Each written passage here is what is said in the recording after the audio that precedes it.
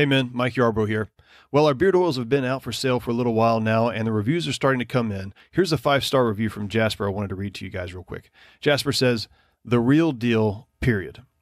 This stuff is awesome. This is the beard oil that men have been asking for. Great scent, non-greasy feel, cool packaging. You can't go wrong picking up a bottle. Just be warned, the result of using this could warrant unwanted female attention." That is correct, sir, and it could also warrant wanted female attention, if you get what I'm saying. Guys, these beard oils have been really doing a good job of setting themselves apart from the things that are already out there on the market, and I want you guys to find out a little bit more about the story behind these, how we put these together, and to know what really makes them different. We really set out to make a better beard oil than anybody else out there, and you can find out more by going to wolfandiron.com/beardoils. Once again, that's wolfandiron.com/beardoils. Check them out. You will not be disappointed. Duty, honor, country dictate what you ought to be, what you can be, what you will be. The destiny of man is not measured by material computations. When great forces are on the move in the world, we learn we're spirits, not animals. Now, we are the masters of our fate. Howdy, gents. Welcome back to another episode of the Wolf and Iron podcast. I'm your host, Mike Yarbrough, founder and curator of wolfandiron.com, and I'm glad you're here. Men, this is a great conversation we've got today with James Clear. He's the author of Atomic Habits, and I mentioned this a little bit in the podcast. When Cody, my producer, first mentioned the book to me, I was like, really? Another habit book? Like, I read so many books on habits and goals, I think I'm going to explode. But, when Cody mentioned something, I thought I'd check it out, and I got the book, started listening to it, and I really, really enjoyed it. It really innovated some of the concepts on habits, and not only that, but it spoke to me as kind of the way I think about habits. Some of you guys know me a little bit. I typically am, I'm amazingly successful considering how unstructured I really, really want to be. And so I don't know what category of kind of personality that I fit into in those regards, but I really do abhor routine and some things like that. So I really have to struggle hard to be just kind of like put my life in order and put things in the way they're supposed to go.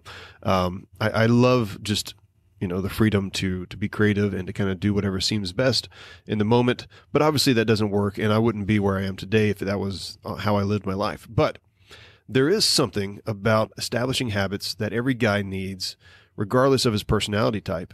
And one of the great things about the book is that he goes through and talks about how do we evaluate what our habits are, how do we kind of go from cue, craving, response into the reward in establishing new habits, and just a lot of really good information done differently. And so, guys, you're going to get a lot out of this. If you want to check out the show notes for this episode, head over to wolfandiron.com/atomic habits. That's wolfandiron.com/atomic habits.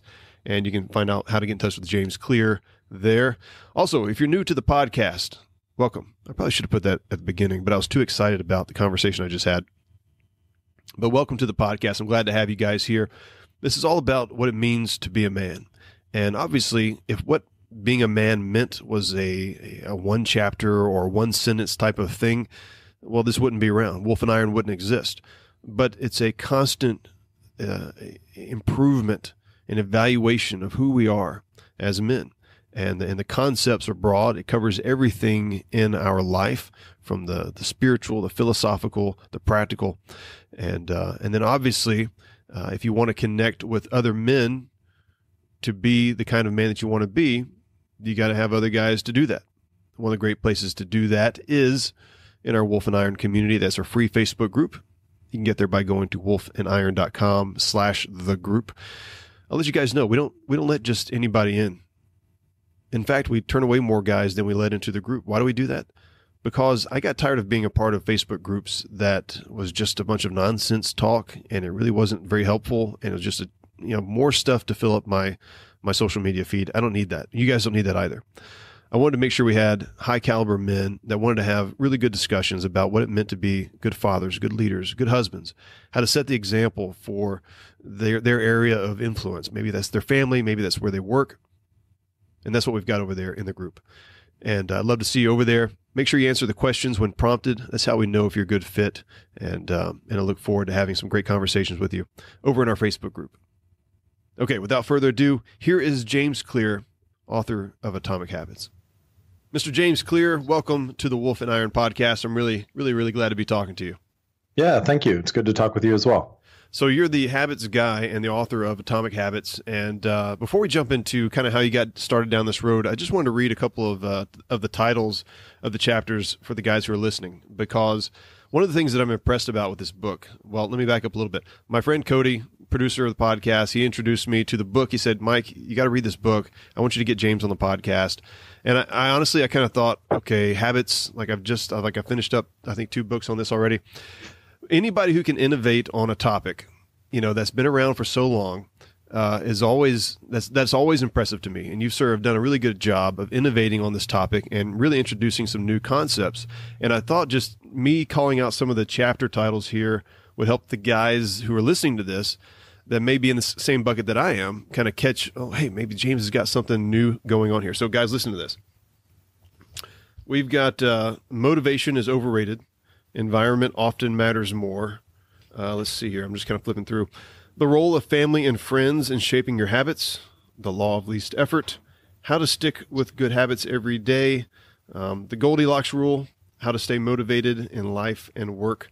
And, what I like about the book is that it's not just super heady and, okay, that's great for somebody.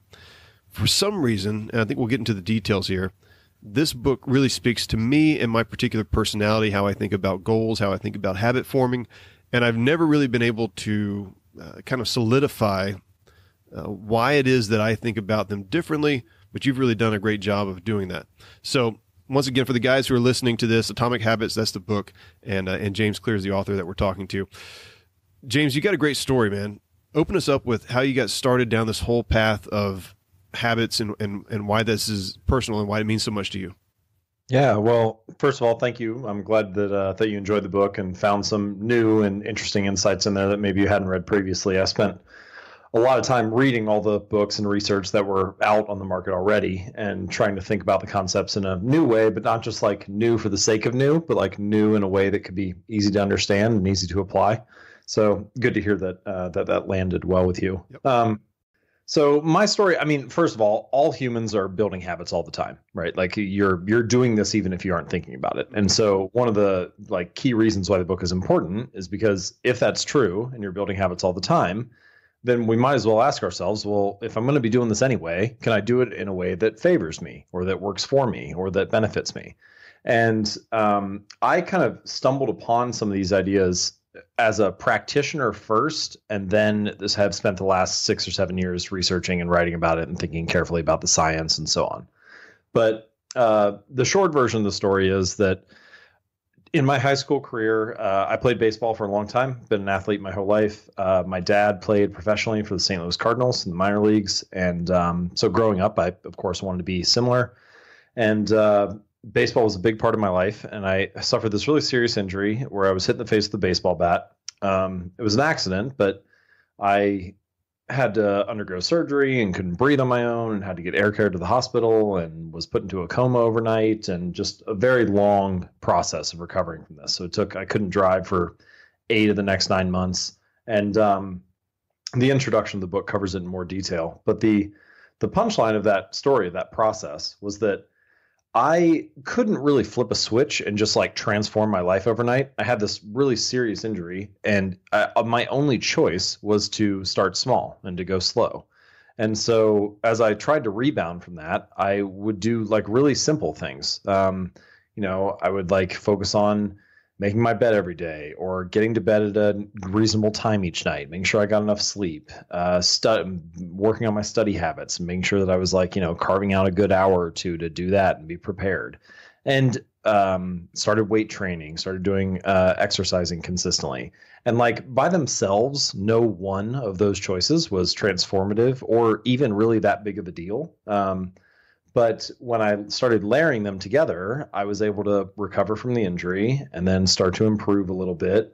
And eventually, 5 or 6 years after I had suffered that, I was back on the baseball field and ended up having this good career as a college athlete. And so the process of being injured and using small habits to recover from those was kind of my first experience with that. Yeah.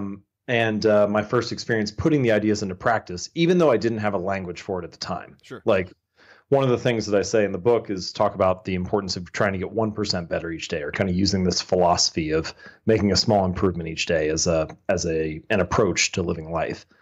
Now, I wouldn't have said that at the time. I wouldn't have said, "Oh, I'm just trying to get 1% better," but that's what I was practicing. And then a couple years later, when I got my degree and had finished my playing career and moved on to graduate school, I started researching these topics a little more in depth. And that was when I started to have a language or a way to describe the process that I kind of went through as an individual.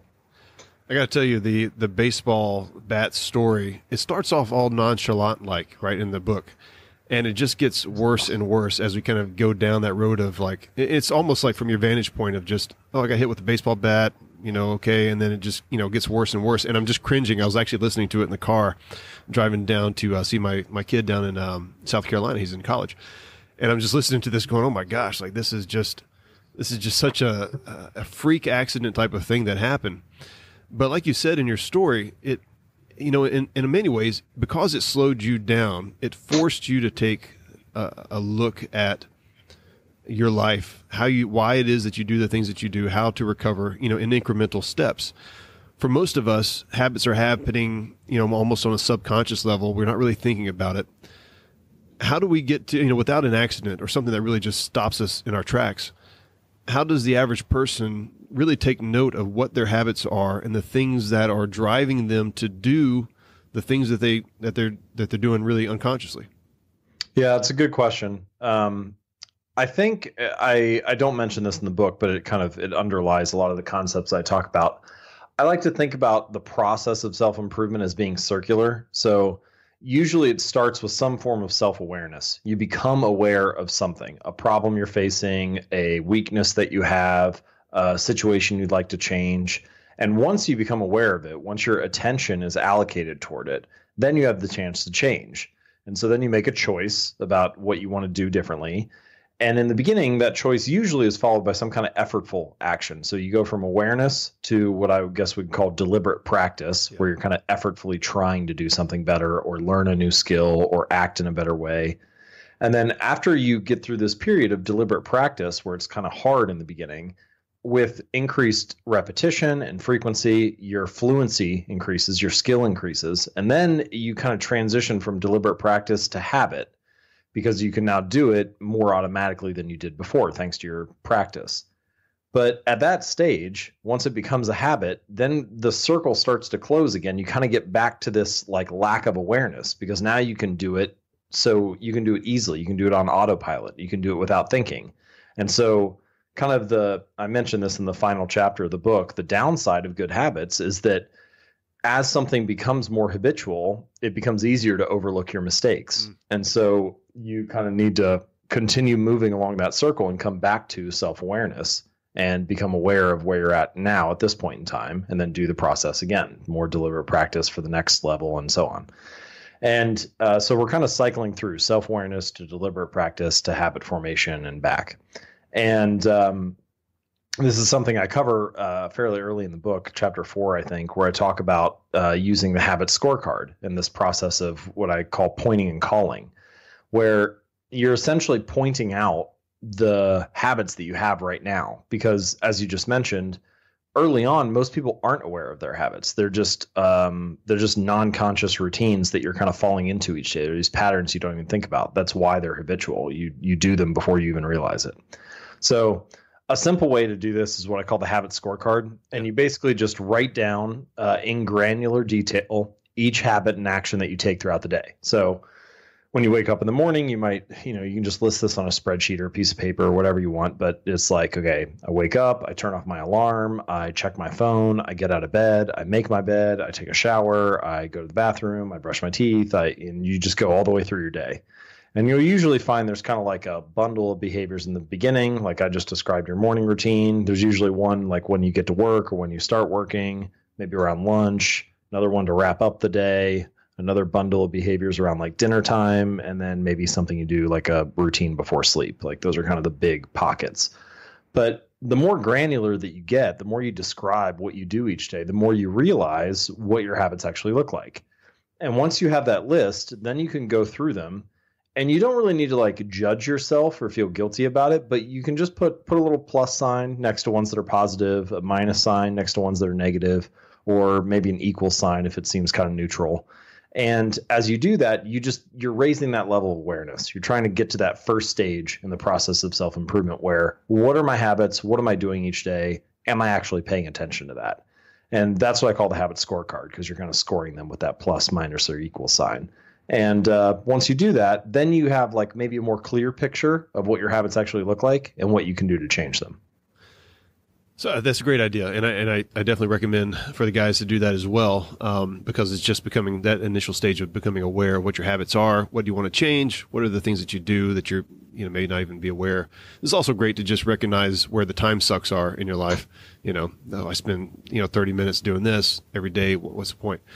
But one of the things I realized too, though, is that some guys are more habitual than others. Like they fall into routine more easily. If I go to the coffee shop, I don't know, maybe it's half the people who come in. It's like you just have your usual. You want a coffee, you want a latte, or whatever it is that they always get. When I go there, I'm always like, oh, what do I want to try today? It's something new, right? And I feel like, I know this is probably not true because I know I absolutely have habits, but I feel like I'm a less routine-oriented person. And I actually have to really try hard to bring structure into my life. But is there any information that you have on personality types, people who are fall into routines and habits more easily than maybe people who don't, and maybe would struggle just trying to keep up a routine?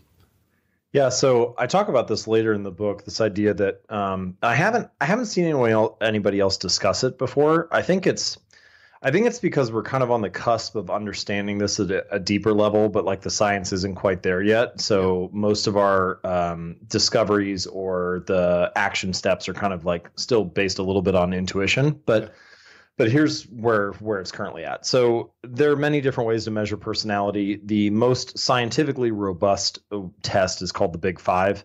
And basically it maps your personality onto 5 spectrums. And the one that people are most familiar with is introversion on one side and extroversion on the other. Yep. But there are other ones like your level of agreeableness or your level of conscientiousness, which is essentially like how orderly you are, industrious, hardworking you are.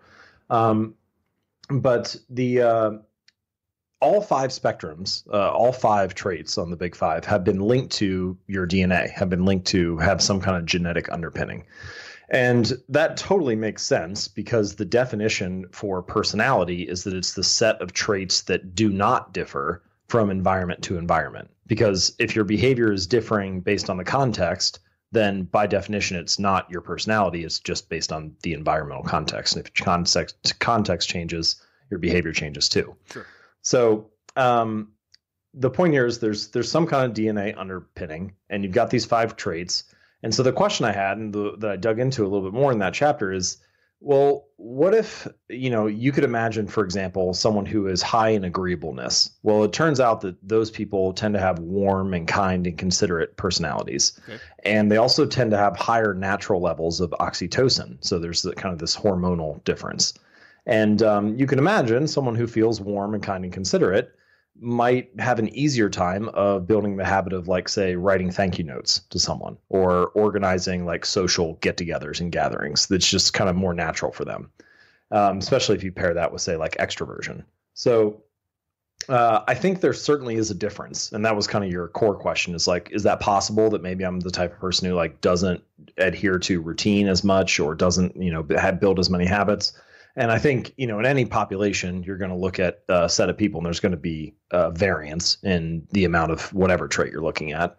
So I certainly think there will be some people that have more habits or fewer habits than others.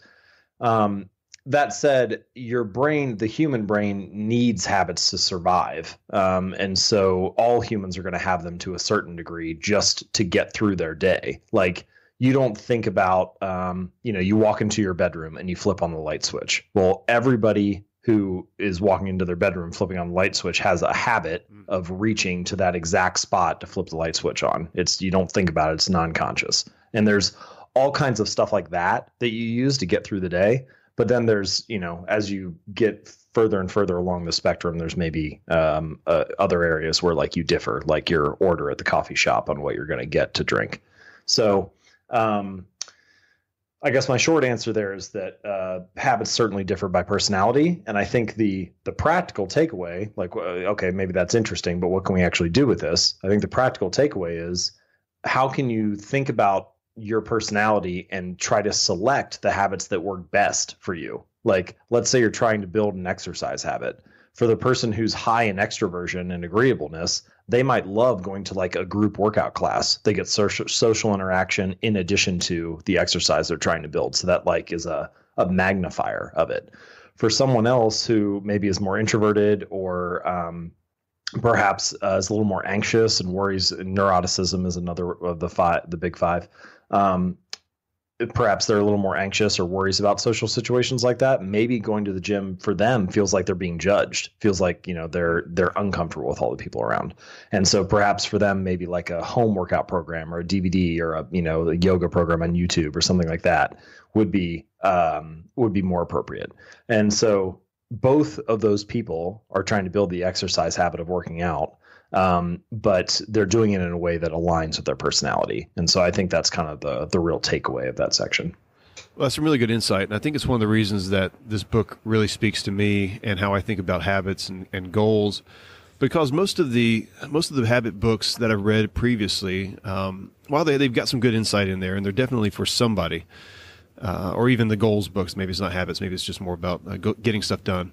Whatever the case is, it's almost like it's geared towards the guys who are maybe type A personality. They love structure. They love routine. They want to have, a bullet point list of how their day is going to go. And they love to see their week on a spreadsheet and, on a calendar and everything laid out. And then there's guys like me and I'm sure other guys who are listening to this that hate, in a sense, just hate structure. Like we kind of abhor it. If I think about my week or my month being kind of planned out for me, there's something about it just gives me all this, kind of icky feeling like I want more flexibility. I want more freedom to move. And I totally understand that within structure, there's planning and there's flexibility and freedom that you can build in. But what I think that I really like about your book is that it kind of moves away from those. It speaks to me more as a guy who would prefer less routine and more of just habits that work with my life. Not so much me trying to force myself to become a goal-oriented, structured kind of individual, yet at the same time I can still develop and adapt new habits in my life. Well, there is no one right way to build better habits, right? And so this is something I tried to put together, but Atomic Habits should be seen as like a toolkit, right? It should be seen as a toolbox, and you select the tools that are best for the job in your circumstance. And that doesn't, sometimes you'll select different tools in your own life, right? For some habits, one strategy will be good. For another habit, and it's something else. But certainly, I don't think it should be a prescriptive to-do list that everybody goes through in the same way. And this is also why I left habit tracking and measurement until later in the book, because it's a very powerful strategy. For example, every time I go to the gym, I write down all of my sets, reps, and workouts. And that does a couple things. Like one, tracking your habit reminds you to do it. Secondly, there's sort of like this additive effect to motivation, seeing yourself making progress or, I've worked out 3 times this week, like that adds up and motivates you to go again because you kind of feel like you have a good thing going. And then third, it's rewarding. It feels good to close the book on another workout, and it's a small thing, but it's satisfying. It adds a little level of satisfaction to that. However, tracking and measurement are not for everyone. There are some people who really don't like the idea of having to write down and measure a habit. It seems like an additional hassle to them. And so while I think it can be a very powerful strategy for some people, and it works, for example, really well with my workout habit, I don't think that it's always necessary. And I think we could say that about most of the strategies that are in the book, that when applied appropriately and to the right person, they can be really powerful, but that doesn't mean that they have to be used every time. And I did my best to tease out the nuances of that in the book on when to use it and where to use it. I think that's good. And I do think there is a balance, even for somebody like myself that doesn't like to be structured. There are certain things that I do just about every day. I'll write down my list of things that I've got to work on that day, this podcast as an example.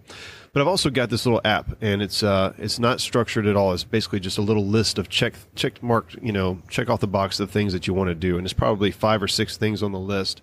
And that's it. And every time I do a thing, like, for example, one of the things that I wanted to do more of was water loading in the morning. So I get up and I drink, a good bit of water in the morning before I head out for the day to make sure I'm not starting off my day with coffee or whatever. And I'm just kind of getting that fresh kind of refuel or whatever.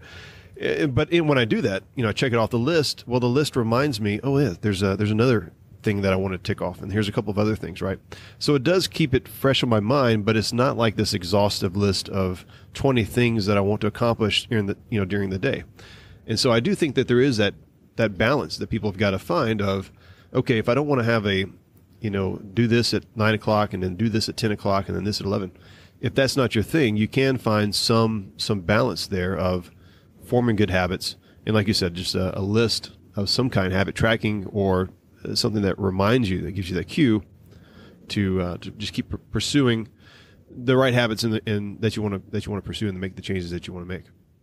I find that when the proper balance is struck, you actually get more freedom, not less. So a lot of the time people will say things like, what about being spontaneous? What about being creative, or like free thinking? Or, I don't want to pigeonhole myself into this robotic lifestyle by having all these habits. Yep. And I think that that's actually a false dichotomy. I mean, in theory, someone could become robotic and do the same thing every minute of the day, or, same program every hour.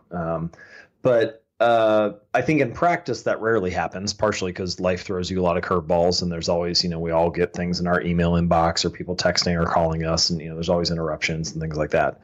But the more important reason is that habits don't really restrict freedom. They create it if you do it well. Like people, a lot of the time it's the people who have the worst habits that actually have the least amount of freedom. Like if you have bad financial habits, you're always wondering like where the next dollar is going to come from. Or if you have bad learning habits, you're always feeling like you're behind the curve or aren't quite up to speed.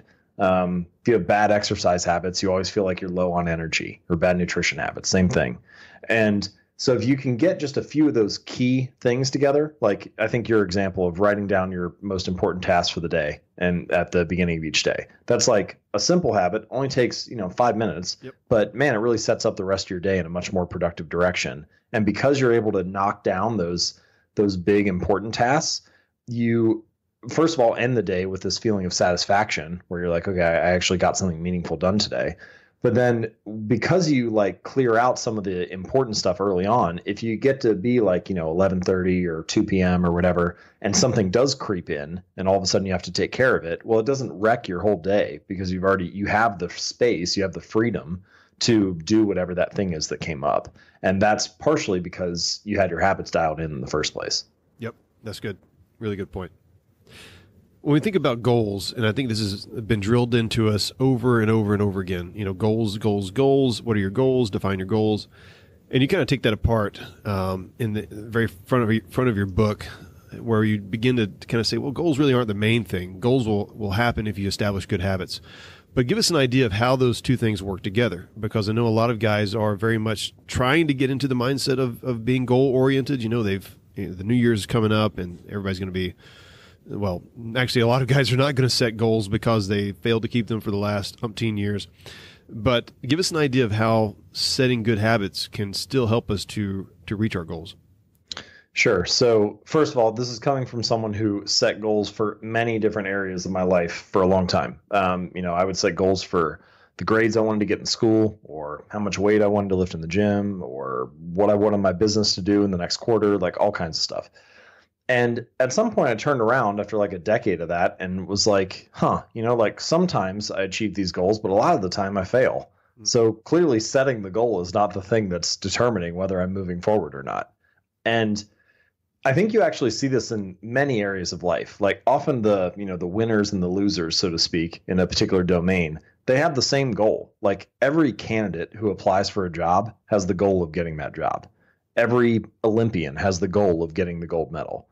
But if the winners and the losers have the same goal, then the goal cannot be the thing that makes the difference. And so the question then is what? And I think the thing that does make the difference is your system, is your process. And so to link these two together, as you just asked, I would say that your system is the collection of habits that you follow each day. And so if you can build better habits, you find that the goal, the outcome, the result that you wanted so badly when you set that goal, it often comes as a side effect. It comes as a natural result. But if you don't have the habits and you only have the goal, then basically nothing happens. And so kind of paradoxically, the people who have the results that so many of us desire, the people who have more money or who are in good shape or whatever, they don't really, in many cases, want that thing as much as they want the habits or the system that precedes it. Like the people who are really fit, what they really want is to work out. They really want the process of lifting weights or of running or of hiking or doing yoga or whatever it is. And the fact that they enjoy that naturally leads to the outcome. The people who have the most money love doing all kinds of stuff. They love like building businesses or reading about investing strategies or thinking about ways to achieve early retirement and saving more money. Like that's the thing they really enjoy. And then the financial security just comes as a side effect. So that's the first kind of lesson or distinction between what I would call systems and goals.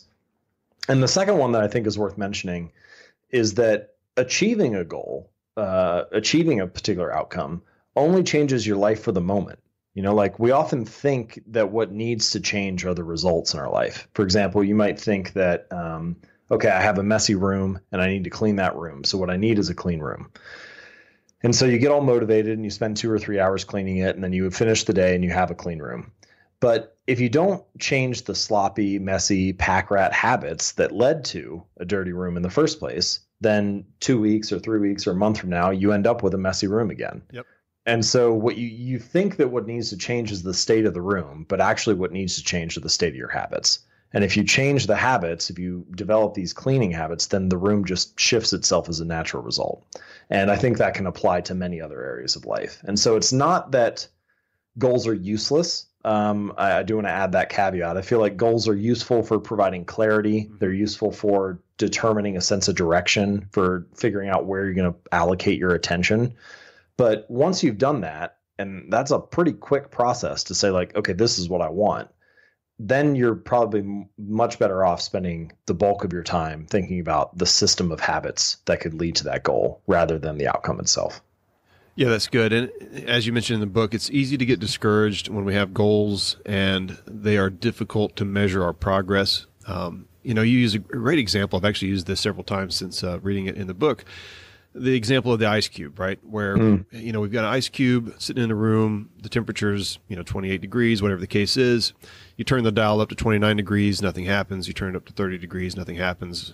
Eventually you get to 32 degrees and the ice starts to melt, right? And I think a lot of times that's where, if our goal is to get the ice to melt, we're making progress, but we can't really tell. It's always difficult to measure.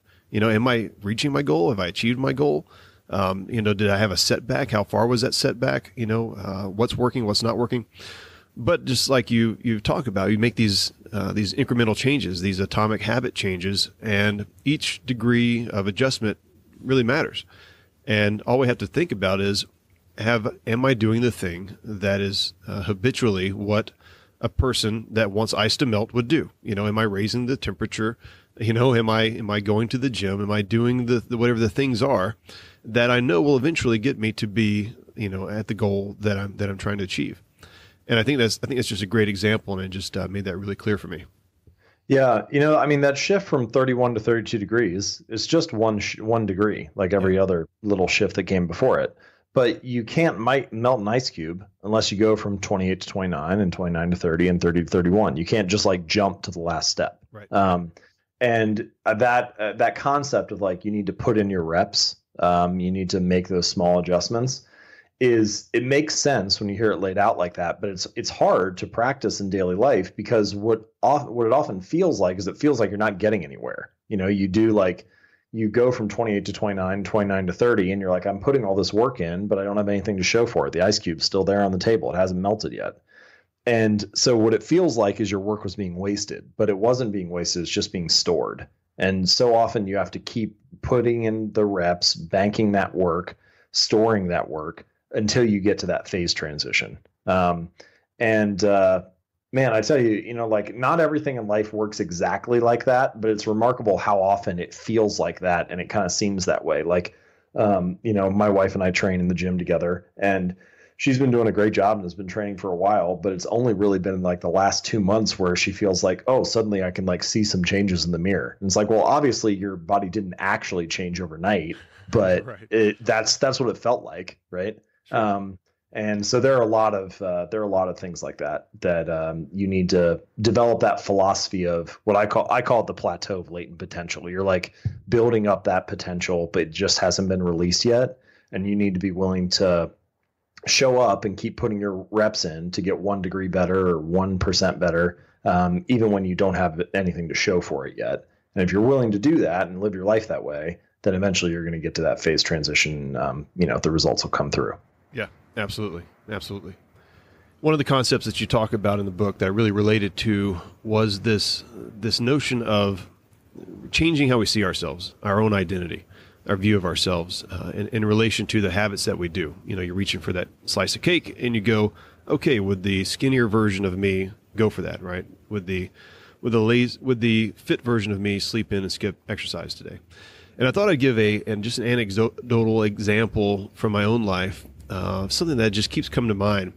And there's this app that I've been using when I go run. So I do some barefoot running. It's getting a little bit cold now, so it's a little bit harder to do it. But there's a nature preserve not too far from my house, and so I'll go out and run on the trails.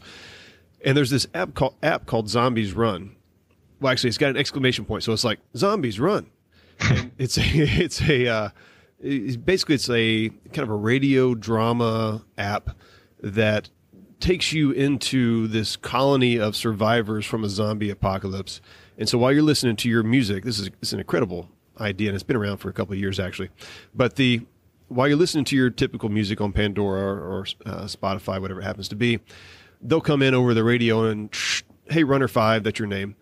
We need you to go out and do a mission for us, to make a supply run or something like that. And of course, there's like zombies chasing you, and there's a whole storyline that goes along with it, and explosions and everything. It's great. But one of the cool things that I thought about as I was listening to your book, because I think I'd done I did a run earlier that day, and then I was listening to your book later, and you talked about this, was there's not only the power of distraction there while you're trying to form this habit of running, that's really great, but there's also this identity that happens in the app because they constantly refer to you as a runner. They're always saying, you're our runner, we need you, you're part of this. And obviously, it's fictional and stuff like that. But I just thought, for the people who are really having a hard time seeing themselves as that person who gets up and runs and who does the thing, and I doubt it was intentional, but there's the side effect of constantly affirming your identity as a runner and as somebody who's needed for a mission. And I just thought, man, that's so powerful. What a brilliant way to reinforce that identity. Yeah, exactly. And so give us some ideas on just how why is that so important for us to have that identity, that mindset of not just doing the thing, but changing how we see ourselves, as maybe the future person that we want to be? Well, there's a good amount of research, and I cite some of the studies in that chapter that show that behavior, I like to think of behavior and beliefs as a two-way street. Like your beliefs influence your behavior. For example, if you think, oh, I'm bad at math, then you don't have as much reason to try hard on a math problem. Or if you think I'm terrible with directions and somebody tells you how to get somewhere, you just kind of like, don't try to remember. Yeah. Behavior can also drive beliefs, so it can work the other way as well. And that's kind of what we're talking about here. Now, I'm going to come back to that point in a moment. Okay. But so there are a variety of studies that show that once you invoke a particular belief or a particular identity, you're more likely to follow through on an action. So, for example, there was a famous one done on voting behavior. And so they asked one group of people, what are your plans for tomorrow? Do you plan on voting? And they would say something like, yes, I plan on going to the polls, or something like that. It'd be like behavioral focus. So I plan on voting. I plan on going to the polls, that type of thing. Yeah. But then the second group would answer in a way, and the questions were phrased in a way that got them to do this, that would answer in a way that was more identity driven. So they would say something like, I am a voter, rather than I plan on voting. And the people who said, I am a voter, or I identify as a voter, they were more likely to actually follow through and go to the polls the next day. And there are other ones that aren't related to voting that kind of show a similar thing, that once an identity is invoked, that once you see yourself as a particular type of person or claim a particular identity, you're more likely to do it. And as I was reading about that research, there's also a variety of research that shows that like how you self-identify as a personality. So, I'm a creative person, then like you might be more likely to fall through on creative habits or something like that. So once I started reading about that research and thinking through it a little bit more, and just like looking at what it actually feels like to build a habit, like you're the one you just mentioned as an example, of like, oh, I'm the type of person who runs or something like that. What would the younger, healthier, fitter version of me do? I had a friend who she did that. She ended up losing over 100 pounds. And the question she kept asking herself each day was, what would a healthy person do? And so at first, it was like, well, would a healthy person drink soda or have a glass of water? Well, I guess I'll have a glass of water. And, she kept doing that. Would a healthy person take the cab or would they walk to their next meeting? Okay, I guess I'll walk. And she was like, over time, I figured if I did that enough, then I would become that healthy person. And, remarkably, she not only lost 100 pounds, but I think what's more incredible, she's kept it off for over a decade now. Wow. And so, but it was mostly from that identity question. And so then I started asking myself, okay, like that makes sense, but how does this actually work, right? Like why is that true? And is there anything we can do about it to maybe like shape a new identity for ourselves? And this is where I got to what I consider the answer that seems most reasonable to me. So sometimes you'll hear people say things like fake it till you make it. Yep. And I don't think there's necessarily anything wrong with that. There's nothing wrong with like believing something about yourself or trying to pump yourself up or whatever. But the problem with it in the long run is that fake it till you make it does not provide any evidence of being a new person. And so if you try to lead with your beliefs, you try to fake it and say, oh, okay, I am a creative person or I am a healthy person or whatever. You're repeating these things to yourself in the mirror or something like that. But you don't have anything change behaviorally. Then at some point there's this gap. There's like you have this belief, but you don't have evidence for it. And we have a word for beliefs that don't have evidence. We call it delusion, right? Like at some point your brain doesn't like that. Yep. And so I think instead it makes more sense to lead with the behavior than leading with the belief. And so if you lead with the behavior, if for example, let's say you do 3 push-ups, well, that's not enough to change your body. But it might be enough to like cast a vote for being that kind of person, for being the type of person who works out. And that's one way that I think is useful to think about your habits, is that every action you take is like a vote for the kind of person you want to become. And so whenever you do something, even if it's just a little small action, it's like casting a vote for being that kind of person. And you're building up this little pile of evidence, this little like mountain of votes. And each one is like adding a grain of sand to that side of the scale. And at first it doesn't really do anything, but if you keep showing up and keep adding those votes, then eventually the scale tips in your favor and you start to actually see yourself that way. And so this example of like the zombies run thing, first time you go for a run, you're probably not going to see yourself as a runner. Maybe second, third, maybe even do it for a month and you still like running still feels kind of new. But at some point, you keep casting those votes, and then you turn around like 3 months or 6 months or a year later, and at some point, you cross that invisible threshold where you're like, I am a runner. Yeah, exactly. And that, I think, is actually what true behavior change is. True behavior change is identity change, because once you see yourself as a different type of person, you're really no longer even pursuing behavior change anymore. You're just acting in alignment with the type of person you already believe that you are. And so it's kind of like, it's one thing to say, I want this, but it's something very different to say, I am this. And so this is why some of the examples I like to give, like the real goal, the real thing we're trying to get to is not to run a marathon. The goal is to become a runner. The goal is not to write a book. The goal is to become a writer. Because once you invoke that identity and see yourself as that kind of person, you have every reason in the world to show up. And I think it works the same way for bad habits. Like once people identify in a particular type of way, they don't really, it kind of takes motivation out of the equation. You don't even really need to get motivated. Like, how many smokers are trying to motivate themselves to smoke the next cigarette? They don't really have to do that. They just see themselves as that kind of person. I'm a smoker, so I smoke. That's what I do. And I think it can work for you just as well as it can work against you. I mean, there are plenty of people who going to the gym feels like a sacrifice, feels like it takes effort. But there are a lot of people who going to the gym every week is just normal. That's who they are. It's part of their identity. And once you feel that way, you don't need to motivate yourself as much. So I think to wrap this little piece up here, the point is that your habits are how you embody a particular identity. Every time you make your bed, you embody the identity of someone who's clean and organized. And each time you sit down and write one sentence, you embody the identity of a writer. And whenever you go to the gym, you embody the identity of a fit person. And so each time you do that, you cast a vote for being that kind of person. And eventually, if you do it enough, you start to believe it and see yourself as that kind of person. You have evidence for it, something to root this new identity in. And that, I think, leads to lasting long-term change. What I like about this, too, is, we kind of began with this idea of tracking your habits, seeing how you live, what do you do each day, but just becoming aware of what you do. But there's this other side of this, too, which is creating a vision for the person you want to be. And I think that that's such an important piece that people miss out on. When we think about setting goals and we think about habits and stuff, a lot of times we do just kind of jump to, I want to be healthier so that I can live longer, or whatever the case is. But we really don't delve deep enough into, here's the kind of man that I want to be at the end of the day. When I'm 80 years old, 90 years old, 150 years old, however long you plan on living, what kind of man are you going to be at that time?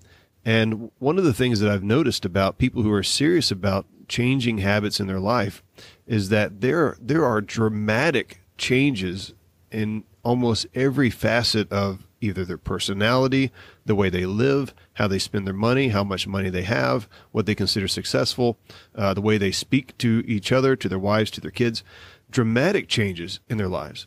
And so for the guys who are listening to this, and maybe you find yourself in a particular situation in life and you're looking in the mirror and you're going, I'm not that guy that I want to be. And that guy seems so far removed from who I can ever become. Don't think that way. Because I can tell you, there are people who make tremendous changes, unbelievable changes, where you wouldn't even recognize them as being the same person 5 years from, before. And that's possible for anybody who is willing to go through the work of making small changes in their life. And James, I know you talk to a lot of people who this is your thing, right? So, you talk to a lot of people who are making these kind of changes all the time, and they're drastically different than they would have been had they not gone through some of the things that you're talking about.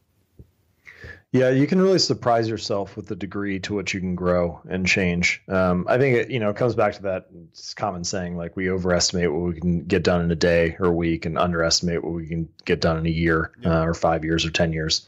You'd be surprised the degree to which things can shift if you're willing to commit to making small 1% improvements each day. But getting back to your point about starting with who is the type of man I want to be, who's the type of person I want to become. Yeah. I think that's the key question to ask when building a new identity is, who is the type of person that? Who is the type of person that could, you just insert whatever outcome it is you're looking for. Maybe you want to lose 40 pounds in 6 months. And you say, okay, well, rather than focusing on the goal, rather than focusing on the outcome, who is the type of person that could lose weight? Well, maybe it's the type of person who doesn't miss workouts. And now your focus becomes not what the number is on the scale, but on building that identity and showing up as that type of man who doesn't miss workouts. Whether it's big or small, could just be 5 push-ups, but you're trying to cast a vote for being that type of person, making that your new normal. And once you do, then you have the option to upgrade and expand and improve from there. But really the key first step is to instill that new identity. Yep. Absolutely agree. Well, look, I just want to wrap this up with one last question.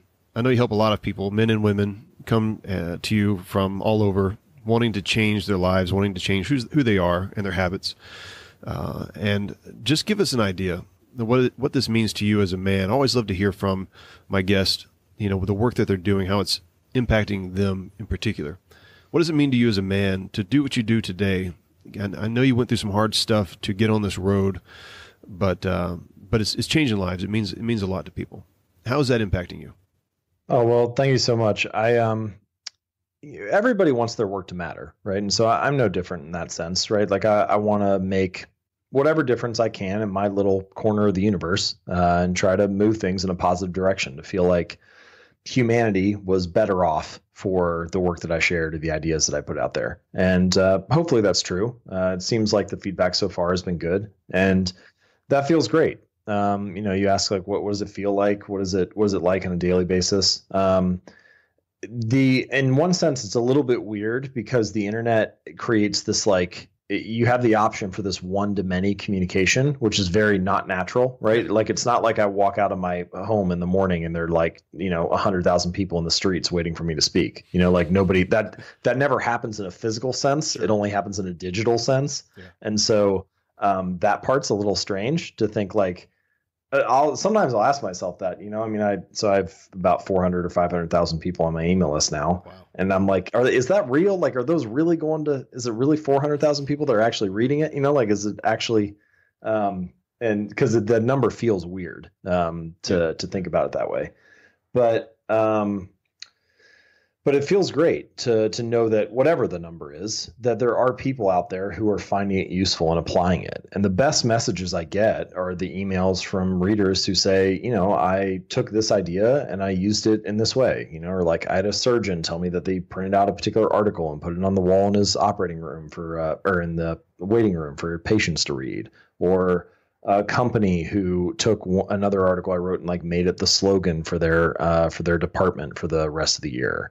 Or, an investment manager who printed out some articles and passed them around to his team in the weekly meeting. Like, that type of stuff, I don't get to hear about all of that. And so you never really know where your work ends up. But when I do get a hint of that, it feels great to know that, like, it's actually being used in the real world, that there are real people engaging with it and finding it helpful. And for me, that's also the ultimate measure. Like, I've never really been interested in my personal brand, so to speak. I don't really put up pictures of myself. I still can't quite figure out how to use Instagram because I don't want to put pictures of me on it. So that, like, makes it kind of weird to use as a platform. But I want the ideas to carry the way. And if the ideas aren't good enough to hold people's attention or to get shared on their own, then I need to come up with better ideas. That's on me. And so I try not to hide behind some other aspect of the brand and, like, let the work carry itself. Yeah. And when it does, that feels really great. And I think the last thing I'll say on that is Atomic Habits was kind of the ultimate test of that philosophy, because I had to suffer for like 3 years of writing it before I could release it and see if it actually hit the mark. Yeah. And I will say there is something to, like, the height of your joy is linked to the depth of your sorrow, because I had so many moments while writing it where it just felt so dark and, like, I don't know, I just almost gave up on it like 4 different times, and it's like, is this really worth it? And then to have made it through the other side of that struggle and to see it land well and for it to make a difference feels even sweeter, I think, than it would if I just, like, it went easily and I sent it out and it got a good reception. Yeah, absolutely. Absolutely. I was thinking about your email list, which is ginormous. And so we sent some holiday emails out for some sales and stuff like that just recently to our list of about 10,000 people, right? And on one of those emails was I just didn't make it very, very clear that one of the offers to basically join our free Facebook group was just for the guys. And this particular email went out to one group in our list that was mostly ladies, right? And they were all trying to join our Facebook group. And so I had to quickly send another email out saying, hey, just want to let you know this is really just for the guys, But I just couldn't imagine the pressure of having to proof my emails before I hit the send button to 400,000 or 500,000 people. Like, even when it's just 10,000, I freak out a little bit. I'm like, okay, is this right? Have I done everything? Well, and even that, I mean, 10,000 is a lot of people, right? Yeah, like, imagine if you were in a room with 10,000 people in, like, an auditorium. It would be crazy if you walked onto stage with that many people. Mm-hmm. It's just you kind of forget how many people we're talking about here. I mean, it's just, yeah. And I've also come to the conclusion that it's impossible to write an article and send it to 500,000 people and have everybody be happy about it. It's not humanly possible. So, thankfully the feedback I get is almost all positive, and I'm very grateful for the readers that I have. But you do just have to learn to develop like either a thick skin or like just see what the trade-offs are with having reach like that. Yep. I'll tell you a funny thing though, just kind of on that, when I sent the second email out and said, "Uh-oh, I messed up," right? That was kind of like the title of the email. That got more opens than the first one did.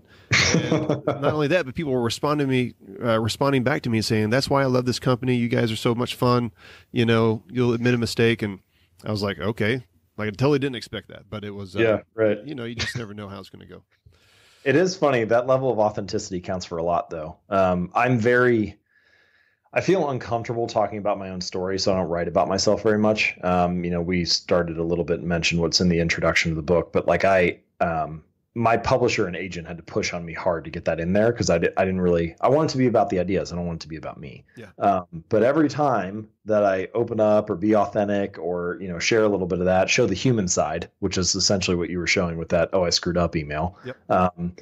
Everybody resonates with that much more because, I'm not a brand. I'm not Procter & Gamble or, Google or something. Like I'm just me. And so I think for whatever reason, that human side really resonates and sticks with people. Yep, absolutely. I think so. And you got a great thing going. I can't wait to hear more about how this is taken off. And once your email list is tripled and you're freaking out every time you send an email out, that'll be great. But look, Mr. Clear, I really do appreciate you being on the podcast. I know the guys are going to get a lot out of this book, Atomic Habits. And if they want to get in touch with you, what's a great way to do that? Sure. So I write at jamesclear.com. If you want to check out some articles there, poke around, I have them. If you click on articles, I have it organized by topic, so you can just kind of see what's interesting to you. And then all my social profiles and contact info is on the site, so you can find it all there. Sounds great. All right, sir. Thank you very much. Great. Thank you. Well, there you have it, men. I'd love to know what you thought about the episode. Feel free to reach out to me on any of my social media networks. And look, if you got something out of this, make sure another guy does too. Share the episode and make sure it gets in front of the guys that need to hear it the most. Until next time, keep your powder dry, and may a fair wind be always in your sails.